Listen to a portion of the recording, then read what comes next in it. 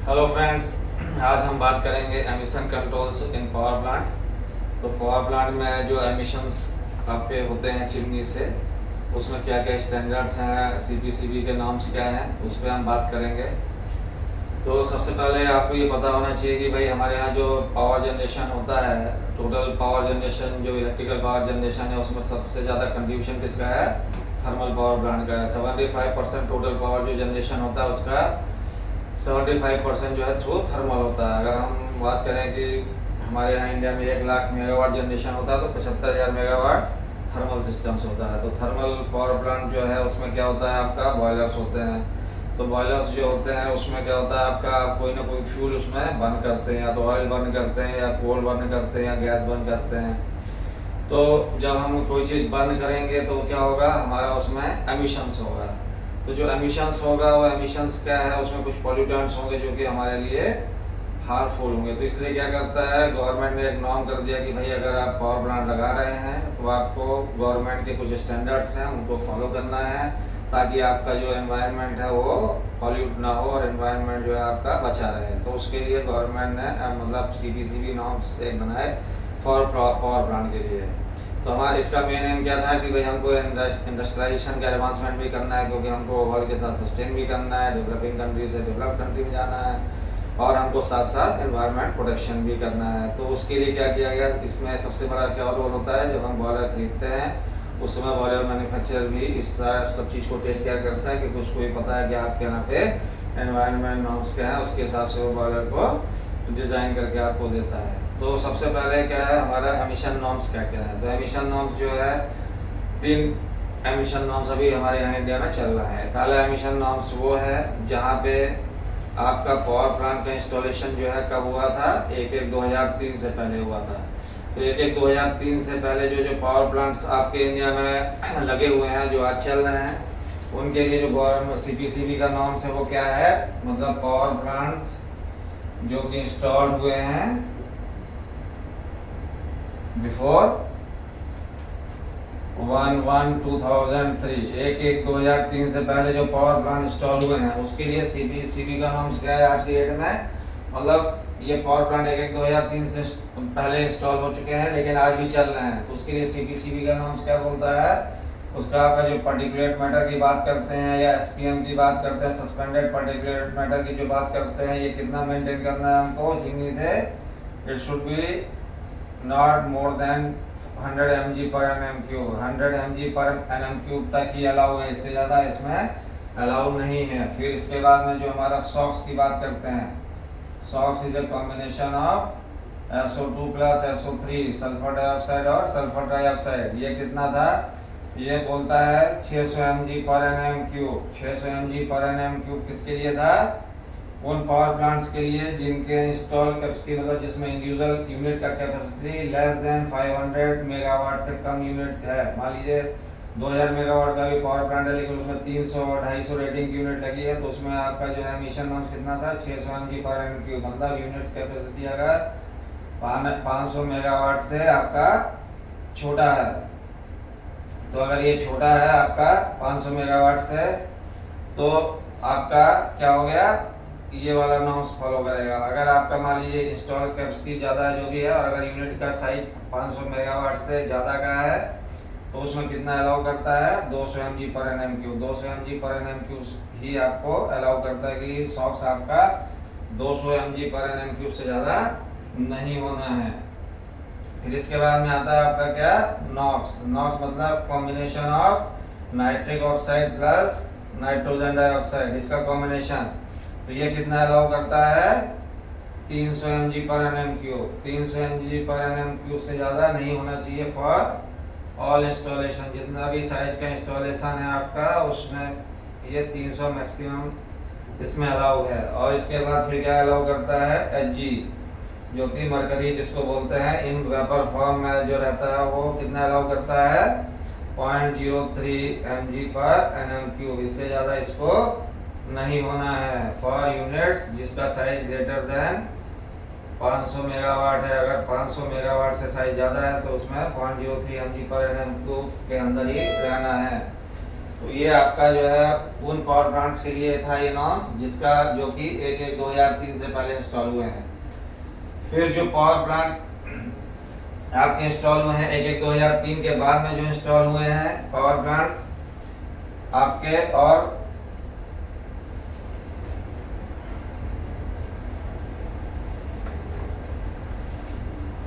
Period कौन सा था, 1/1/2003 से लेके 31/12/2016, इस पीरियड में जितने पावर प्लांट इंस्टॉल हुए आपके यहाँ पे, उसके लिए सीपीसीबी का नॉर्म्स क्या है, मतलब जो आज भी रनिंग है लेकिन इंस्टॉल हुए हैं 1/1/2003 से लेके 31/12/2016 के पीरियड में इंस्टॉल हुए हैं। तो इसमें जो हमारा एसपीएम बोलता है सस्पेंडेड पार्टिकुलेट मैटर, जो पहले 100 mg/nm था, इसको कितना कर दिया, 50 mg/nm कर दिया, मतलब इसको आधा कर दिया। फिर इसके बाद में आपका जो सॉक्स की बात चलती है, तो सॉक्स इसमें कितना था, सेम था, 600 mg/nm था आपका और यूनिट्स, जिसका कैपेसिटी जो है कितना था, लेस देन 500 मेगावाट, 500 मेगावाट से जिसका कैपेसिटी कम था इंडिविजुअल यूनिट का, उसके लिए ये नॉर्म्स था। और जिसका यूनिट का कैपेसिटी 500 मेगावाट से ज़्यादा था, मोर देन 500 मेगावाट स्टॉक, मतलब आपका यूनिट का कैपेसिटी था, उसमें ये कितना है, 200 mg/nm। फिर आपका जो है नॉक्स जो था ये अभी सेम रखा था 300 mg/nm, इसमें चेंज नहीं किया था, ये भी 300 mg/nm फॉर ऑल यूनिट्स, कोई भी साइज का यूनिट हो उसके लिए ये आपका था। और मरकरी जो Hg की बात करते हैं, Hg भी कितना था, 0.03 mg/nm, यही आप मेंटेन करना है for units greater than 500 megawatt, 500 megawatt से ज़्यादा जो इंस्टॉल मतलब आपका यूनिट का कैपेसिटी है, उसमें ये पैरामीटर मेंटेन करना था। किस कौन से इंस्टॉलेशन में, जो कि 1/1/2003 के बाद से लेके 31/12/2016 के पीरियड में पावर प्लांट इंस्टॉल हुए हैं, उसमें सीपीसीबी का गाइडलाइन है कि आपको चिमनी से जो आपका एमिशन हो रहा है उसमें आपको जो पैरामीटर मेंटेन करने हैं वो इससे ज़्यादा नहीं होने चाहिए। फिर उसके बाद में आपका तीसरा आया वो पीरियड जो कि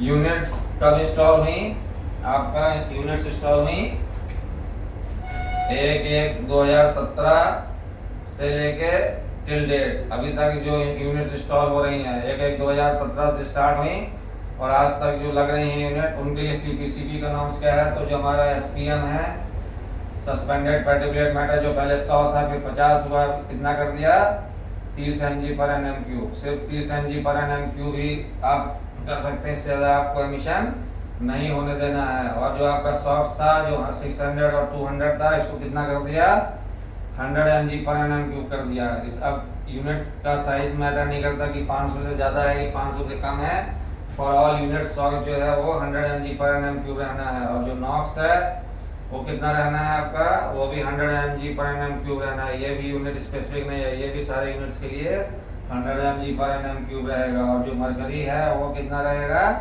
0.03 mg/nm, ये भी इतना ही रहेगा। तो अभी क्या हुआ, आपका जो एनवायरमेंट नॉर्म्स था ये कितना टफ हो गया, एसपीएम जो है 30 कर दिया, जो पहले 100 होता था, सॉक्स जो 600 और 200 था उसको 100 कर दिया, नॉक्स जो है आपका 100 कर दिया जो कि 300 था, और मर्क्यूरी 0.03 है।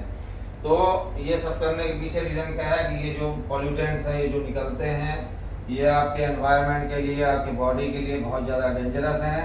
तो इसलिए जो है हमको इन पैरामीटर्स को मेंटेन करना है ताकि हमारा जो है एनवायरनमेंट भी सेफ रहे और हम लोग भी सेफ रहें। तो इसके लिए अब पॉइंट ये आता है कि ये जो सारे पॉल्यूटेंट्स हैं ये आते कैसे हैं और इनको हम लोग नॉर्मली कंट्रोल कैसे करते हैं। तो सबसे पहले हमारा जो आता है वो क्या आता है, एसपीएम, जो सस्पेंडेड पार्टिकुलेट मैटर की हम बात करते हैं। एसपीएम सस्पेंडेड पार्टिकुलर, सस्पेंड रहते हैं मतलब वो तैरते रहते हैं इसलिए उसको सस्पेंडेड बोलते हैं। और पार्टिकुलेट मैटर, तो सस्पेंडेड पार्टिकुलेट मैटर जो है ये क्या है, ये आपका जो बॉयलर में हम लोग क्या करते हैं, बॉयलर में हम लोग जो है फ्यूल को बर्न करते हैं। जब फ्यूल को बर्न करते हैं तो कुछ फ्यूल ऐसा रहता है जो कि पूरी तरीके से बर्न नहीं हो पाता है। तो जब वो पूरी तरीके से बंद नहीं हो पाता तो क्या करता है, वो चिमनी से आपका ऐसे पार्टिकुलेट मैटर के फॉर्म निकलेगा। और ये जो पार्टिकुलेट मैटर आता है ये बहुत माइन्यूट पार्टिकुलर रहते हैं, इनको माइक्रोस्कोप से देखेंगे तब दिखेगा। तो ये माइक्रोस्कोपिक पार्टिकल्स कहलाते हैं। तो ये बहुत छोटे रहते हैं। और आपका क्या होता है, जैसे जो आप डस्ट है, एयर है, उसमें एयर में कुछ डस्ट होगा, डर्ट होगा। जब आप कंबसन करते हैं उस समय ये क्या करता है, ऑक्सीजन से और कार्बन से कंबाइन करके भी पार्टिकुलेट मैटर बनाते हैं। तो ये जो पार्टिकुलेट मैटर की बात करते हैं हम बॉयलर में, ये दो टाइप के होते हैं, PM होता है और एक PM10 होता है। तो PM10 क्या होता है, वो पार्टिकल्स जो जिनकी साइज जो है कितनी होती है, लेस देन 10 माइक्रोमीटर से छोटी होती है, बहुत ही माइन्यूट पार्टिकल रहते हैं। इसलिए ये जो है आपको नेकेड आई से नहीं दिखते हैं नॉर्मली, वैसे मतलब ऑलमोस्ट नहीं दिखेंगे, बहुत छोटे पार्टिकल रहते हैं। तो ये क्या करते हैं आपका, ये सीधे जो है जब इतने छोटे पार्टिकल रहते हैं, आप जब सांस लेते हैं तो सांस के थ्रू आपके लंग्स में चले जाएंगे, और लंग्स में जाके क्या करेंगे, आपको ब्रीदिंग प्रॉब्लम करेंगे, आपका रेस्पिरेटरी ट्रैक्ट को डैमेज करेंगे, ये सारी दिक्कतें आपको आएंगी। तो ये पार्टिकुलेट मैटर को, इसलिए आपको इसको कितना रखना है आज की डेट में, 30 mg/mm से कम रखना है। तो उसके लिए आज की डेट में हम लोग क्या करते हैं, जो बॉयलर का जब फ्लू गैस आउटलेट है, फ्लू गैस जो निकलती है बॉयलर की, उसको हम लोग क्या करते हैं, उसके आउटलेट में हम लोग 3 ऑप्शन है, या तो हम ESP लगाते हैं आज की डेट में, जिसको हम बोलते हैं इलेक्ट्रोस्टैटिक प्रेसिपिटेटर। ये भी आपका जो है क्या करता है, इसका फंक्शनिंग है कि ये जो है जो भी आपका डस्ट बिग साइज एस है उसको पूरा कैप्चर कर लेता है, और केवल फाइन डस्ट को ही जो है जाने देता है, जो कि विदिन 30 mg/mm नॉर्म्स में रहेगा, उसको ये मेंटेन करता है फ्लू गैस में। फिर एक आपका जो है वो क्या लगाते हैं, नॉर्मली स्क्रबर भी लगाते हैं। और तीसरा क्या है, बैग हाउस लगाते हैं, जिसको हम लोग बोलते हैं बैग फिल्टर्स लगाते हैं, बैग फिल्टर। कहीं कहीं भी ये दोनों कॉम्बिनेशन भी लगाते हैं। जब यूनिट साइज बड़ा रहता है तो ESP और बैग हाउस का भी कॉम्बिनेशन लगाते हैं, ताकि हमारा जो एमिशन नॉर्म्स है वो 30 mg/mm से ज़्यादा नहीं होना चाहिए। तो उसके लिए ये सारे मेथड्स हम लोग अडॉप्ट करते हैं, ताकि हमारा एमिशन लेस देन 30 mg/mm रहे। फिर दूसरा जो हम लोग बात करते हैं नॉक्स की, जो हमारा क्या है नॉक्स। नॉक्स जो है वो क्या है, combination of NO plus NO2, nitric oxide plus nitrogen dioxide.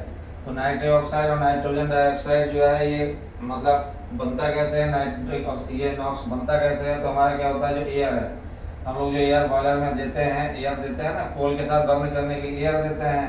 तो एयर में क्या रहता है, 28% आपका जो है O2 रहता है, और 21% आपका O2 रहता है, और 78% आपका नाइट्रोजन रहता है। तो क्या होता है, जब हाई टेम्परेचर रहता है, तो हाई टेम्परेचर में जब बॉयलर के अंदर कंबशन रहता है, तो क्या करता है, नाइट्रोजन और ऑक्सीजन जो है ये कंबाइन हो जाते हैं, और ये क्या फॉर्म करते हैं, नाइट्रिक ऑक्साइड जो है नॉक्स है, इसको फॉर्म करते हैं हाई टेम्परेचर पे। तो ये जो नॉक्स फॉर्मेशन होता है, ये बॉयलर के अंदर में एयर और ऑक्सीजन और नाइट्रोजन आपस में हाई टेम्परेचर में कंबाइन हो जाते हैं और इसको फॉर्म करते हैं। तो जितना ज़्यादा हम लोग बॉयलर के अंदर टेम्परेचर रखेंगे, उतना ज़्यादा नॉक्स का फॉर्मेशन ज़्यादा आपका रहेगा। तो ये नॉक्स जो है आपका ये इस कॉम्बिनेशन से आ सकता है। दूसरा आपका जो फ्यूल में नाइट्रोजन रहता है, वो फ्यूल का नाइट्रोजन और एयर का जो ऑक्सीजन है वो भी कंबाइन करके नॉक्स फॉर्मेशन करता है। तो इसमें आपका क्या है, जो मेजर कंट्रीब्यूशन है वो क्या रहता है, इसको इसीलिए इसमें 2 टाइप का नॉक्स होता है। एक को हम लोग बोलते हैं, क्या बोलते हैं, थर्मल नॉक्स, और एक को क्या बोलते हैं, फ्यूल नॉक्स। तो थर्मल नॉक्स जो अभी बताया वो क्या है, जब आपका हाई टेम्परेचर में N+O2 कंबाइन कर लेता है तो वो थर्मल नॉक्स हो गया, मतलब जो एयर हम ट्रीट कर रहे हैं उसी में कंबाइन करके बना लिया। और फ्यूल नॉक्स मतलब जो फ्यूल का नाइट्रोजन है प्लस एयर का ऑक्सीजन कंबाइन करके बनाता है। तो जो हम लोग ऑयल यूज़ करते हैं नॉर्मली, तो ऑयल में क्या होता है, हाई नाइट्रोजन रहता है, तो उस समय ये जो है फ्यूल नॉक्स का कंट्रीब्यूशन 50% रहता है, थर्मल नॉक्स का कंट्रीब्यूशन 50% रहता है। और जब बाकी कोल और सब बंद करते हैं, इसका कंट्रीब्यूशन 20% रहता है और इसका कंट्रीब्यूशन 80% रहता है। अब इसमें क्या होता है, आपका नॉक्स जो है प्रॉब्लम क्या करता है, नॉक्स प्रॉब्लम ये करता है कि नॉक्स जो है जब चिमनी से निकलता है, और नॉक्स अगर आपने विदिन कंट्रोल नहीं रखा तो नॉक्स क्या करता है, जब नॉक्स आपका सनलाइट के कांटेक्ट में आता है, तो सनलाइट में क्या होता है, सनलाइट में आपका यूवी रेज होती है और हीट रहती है, यूवी प्लस हीट रहता है। जब यूवी और हीट से कंबाइन करता है तो क्या करता है, ये फॉर्म करता है आपका O3 फॉर्म करता है और N2 फॉर्म करता है। तो O3 इसको जो हम लोग क्या बोलते हैं, ओजोन।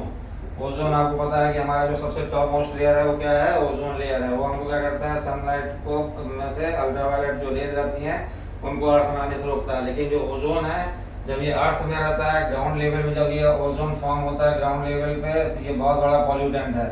ये क्या करता है, आप देखे होंगे समर के टाइम में आपको एक धुंध टाइप की दिखाई देती है, स्मोक दिखाई देता है ब्राउन कलर का, वो सब इसी का है, ओजोन है जो कि ये धुंध और ये सब क्रिएट करता है। प्लस आपका जो है नॉक्स, अगर जब आपका रेन बारिश होती है, नॉक्स जब जो है रेन से कंबाइन करेगा तो ये फॉर्म क्या करेगा, एसिड रेन फॉर्म करेगा। एसिड रेन जिसको हम लोग बोलते हैं अम्ल वर्षा, एसिड रेन जब फॉर्म होगा तो ये रेन एसिड है, तो एसिड आपका ये क्या बनाएगा, नाइट्रिक एसिड बना लेता है। तो नाइट्रिक एसिड अपने आप में बहुत ज़्यादा खतरनाक रहता है। तो नाइट्रिक एसिड क्या करता है, ये आपका जो भी है फैब्रिक वगैरह है इसको सबको डैमेज कर देगा। आपका जो भी पानी है, पानी में मिक्स करके जो है आपका जो एक्वेटिक में जानवर है उन सबको डैमेज करेगा, मतलब उनके लिए डेंजरस है। फिर ये जो नाइट्रिक एसिड ये मतलब ये नाइट्रोजन के वेपर से बॉडी में जाएंगे तो ये भी जो है आपका रेस्पिरेटरी सिस्टम को डैमेज करेंगे।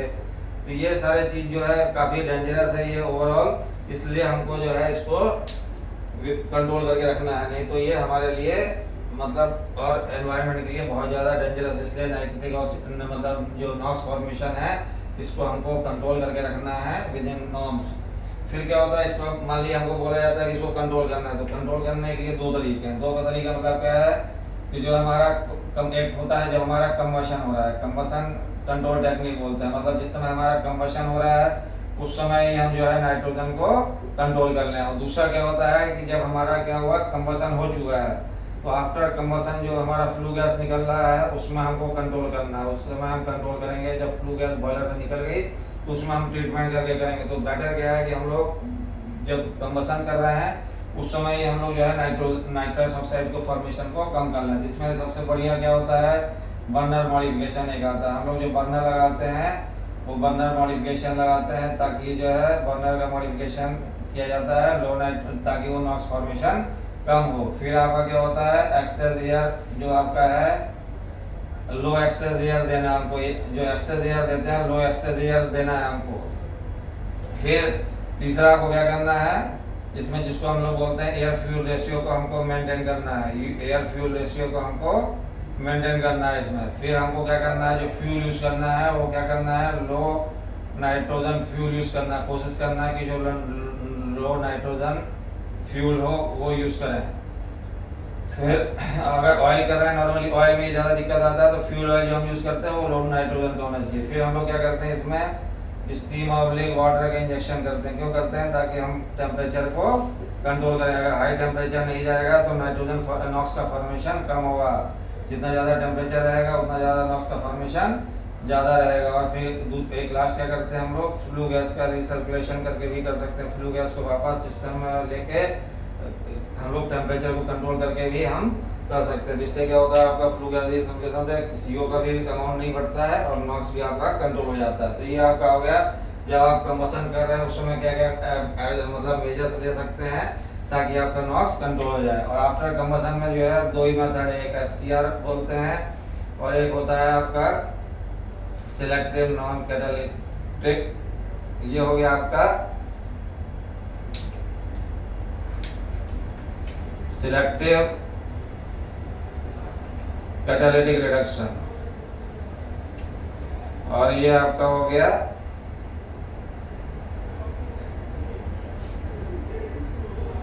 Selective non catalytic. एक कैटालिटिक, एक सिलेक्टिव नॉन कैटालिटिक रिडक्शन। तो जो सिलेक्टिव कैटालिटिक रिडक्शन है इसमें आपका 70% से लेकर 85% तक नॉक्स जो है आपका रिड्यूस हो जाता है। और इसमें जो है आपका कितना आता है, केवल 50% रिडक्शन आता है इसमें। लेकिन क्या है, आपका जो है वेस्ट प्रोडक्ट में क्या निकलता है, नाइट्रोजन निकलता है और वेस्ट वाटर निकलता है। इसमें भी आपका जो है नाइट्रोजन प्लस वेस्ट वाटर निकलता है। तो ये सारे मेथड जो है आपका आफ्टर वाले भी करते हैं, लेकिन बेटर है कि जहाँ मैक्सिमम जो है हम लोग क्या करते हैं, कंबशन कंट्रोल टेक्निक, मतलब जब जिसमें हम लोग कंबशन कर रहे हैं उसी समय प्रोसेस कंट्रोल करके फ्यूल को कंट्रोल करके और बर्नर मॉडिफिकेशन करके टेम्परेचर मेंटेन करके हम लोग नॉक्स को कंट्रोल करें तो that option is always better. लेकिन हमारा मेन एम क्या है कि हमको अगर हमने बाद में इंस्टॉल किया है कि 2017 के बाद तो हमको इसको कितना रखना है 100 mg/nm³ से कम होना चाहिए। फिर आपका जो है एक क्या आता है सॉक्स आता है। सॉक्स एमिशन जो है जिसको ये भी क्या है combination of SO2 plus SO3 sulphur dioxide plus sulphur dioxide. ये कहाँ से आता है फ्यूल जो है आप यूज़ करते हैं, फ्यूल में जो सल्फर आता है, जब सल्फर आपका बर्न करता है तो एयर से ऑक्सीजन लेके ये SO2 और SO3 फॉर्म करता है। तो ये SO2 SO3 क्या दिक्कत करता है, SO2 SO3 जो है ये जब कंबाइन करता है आपका वाटर वेपर से तो ये क्या करता है एसिड फॉर्म करता है, एसिड मिस्ट बन जाता है, एसिड मिस्ट बनता है। फिर वही जो है रेन वाटर से कंबाइन करेगा तो ये एसिड रेन करेगा। तो सल्फ्यूरिक एसिड अपने आप में बहुत ज़्यादा कोरोसिव है तो ये पूरा जो है कोरोजन क्रिएट करेगा। प्लस जो है जो जितने भी पानी में जाएगा और सब जाएगा तो पानी को पॉल्यूट करेगा, पानी को डैमेज करेगा, सॉइल को ख़राब करेगा। तो ये सारी चीज़ें और बॉडी के लिए तो डेंजरस है ही है। तो ये सारी चीज़ें डेंजरस रहता है, इसलिए हमारा मेन एम क्या है कि हमको सॉक्स को भी कंट्रोल करना है। तो सॉक्स को कंट्रोल करने के लिए हमारे पास 3 मेथड है। सॉक्स में भी जैसे हमने बताया, एक है हमारा फ्यूल में ही जो है सल्फर कंट्रोल कर लें, फ्यूल सल्फर कंट्रोल कर लें, या लो सल्फर फ्यूल को हम जो यूज़ करें वो क्या हो लो सल्फर फ्यूल हो, एक ऑप्शन ये है। या हम क्या करें फ्यूल को ही जो फ्यूल है उसको हम क्या करें डीसल्फराइज कर दें। फिर दूसरा क्या है, जब हमारा प्रोसेस चल रहा है जिस समय कंबसन हो रहा है उस समय हम जो है कुछ इंजेक्ट करके ड्यूरिंग कंबसन इंजेक्शन मेथड से कर सकते हैं। जिस समय कंबसन हो रहा है बॉयलर के अंदर उस समय हम लोग सॉल्वेंट इंजेक्शन करके भी कंट्रोल कर सकते हैं। और तीसरा मेथड क्या है पोस्ट कंबसन, जब कंबसन हो गया उसके बाद हमको मतलब सॉक्स कंट्रोल करना है, उसके लिए क्या करना पड़ेगा हमको, उसके लिए जो आज की डेट में सबसे बेस्ट मेथड है वो क्या चल रहा है FGD, जिसको हम लोग क्या बोलते हैं फ्लू गैस डीसल्फराइजेशन, जो आज की डेट में काफ़ी पॉपुलर है। मतलब जो हमारा फ्लू गैस निकला, फ्लू गैस को क्या करते हैं ट्रीट करके हम उसको सल्फर को जो है उससे सॉक्स को कम करेंगे। और किस मेथड से करते हैं स्क्रबिंग मेथड से हम इसको कम करते हैं। तो जो फ्लू गैस डीसल्फराइजेशन है वो सबसे ज़्यादा पॉपुलर है। लेकिन सबसे बेस्ट ऑप्शन कौन सा है कि अगर आप फ्यूल में ही जो है आप सल्फर को कम कर लें तो that is the cheap and the best option. नहीं तो आप प्रोसेस कहीं क्या होता है बॉयलर में जो है हम लोग सॉल्वेंट इंजेक्शन करके भी प्रोसेस के दौरान भी कंट्रोल करते हैं, और नहीं हुआ उससे भी सारे मेथड से, और हमारा सॉक्स एमिशन ज़्यादा है तो लास्ट ऑप्शन हमारा क्या है, लास्ट ऑप्शन हमारा है कि हम जो है इसको जो फ्लू गैस निकल रहा है उसको हम लोग क्या करें डीसल्फराइज करें। तो फ्लू गैस डीसल्फराइजेशन जो हम लोग FGD की बात करते हैं, FGD जो है हमारा कितने टाइप का होता है नॉर्मली जो आज की डेट में चल रहा है, वो एक होता है आपका वेट लाइमस्टोन मेथड, एक आपका होता है सेमी ड्राई मेथड, फिर एक आपका होता है अमोनिया इंजेक्शन मेथड, अमोनिया के थ्रू करते हैं हम लोग, अमोनिया से करते हैं डीसल्फराइजेशन, अमोनिया इंजेक्शन करके अमोनिया। फिर आपका एक होता है सी वाटर से करते हैं, सी वाटर FGD होता है, सी वाटर के थ्रू फ्लू गैस डीसल्फराइजेशन करते हैं।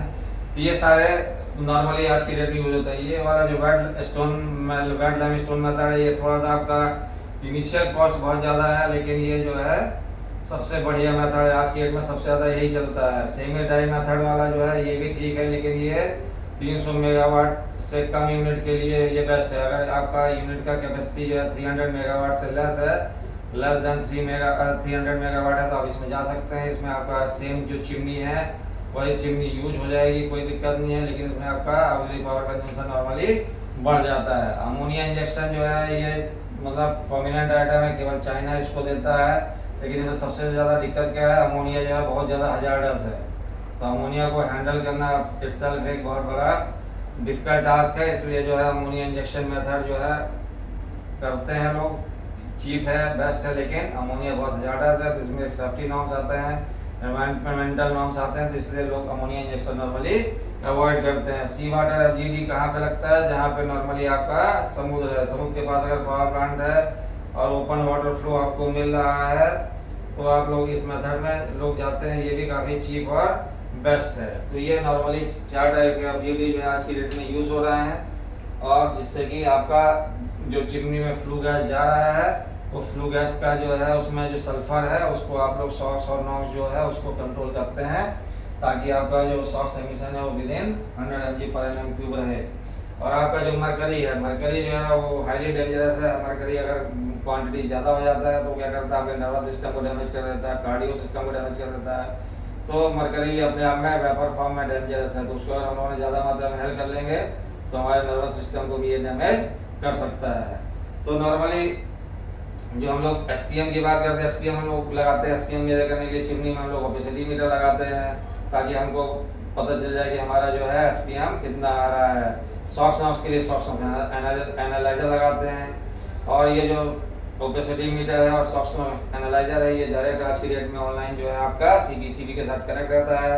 सीबीसीबी को ये डेटा सारा ऑनलाइन मिलता रहता है, और सीबीसीबी जो है इसको देखता रहता है। अगर ये डेटा जो उसके जो भी गाइडलाइंस है उससे ज़्यादा अगर इसका वैल्यू जाता है तो आपको वार्निंग और लेटर इशू करता है कि भाई आप लोग जो है इसको कंट्रोल करिए, नहीं तो हम लोग आपके खिलाफ एक्शन लेंगे। इसमें एक जो CO एमिशन होता है उसको नॉर्मली हम लोग मेजर करने का कुछ तरीका है नहीं, और ना उसका कोई गाइडलाइन है सीपीसीबी का, लेकिन CO जो है वो भी हमारा विदिन कंट्रोल करना चाहिए। नहीं तो CO क्या करता है, वो रिस्पॉन्सिबल है फॉर क्लाइमेट। जो हम लोग ग्लोबल वार्मिंग और क्लाइमेट चेंज की बात करते हैं तो CO भी काफ़ी ज़्यादा उसमें कंट्रीब्यूट करता है। तो हमारा नेट क्या है कि हमको सीबीसीबी नॉर्म्स को तो मेंटेन करना ही करना है, हमको अपने आगे वाली जनरेशन को भी ध्यान रखना है, अपने हेल्थ का भी ध्यान रखना है, अपने एनवायरनमेंट को भी ध्यान रखना है। तो इसलिए हमारा जो मेन एम होना चाहिए वो क्या होना चाहिए कि हमारा जो एमिशंस है, जो सीपीसीबी गाइडलाइंस है उससे भी कम रखें।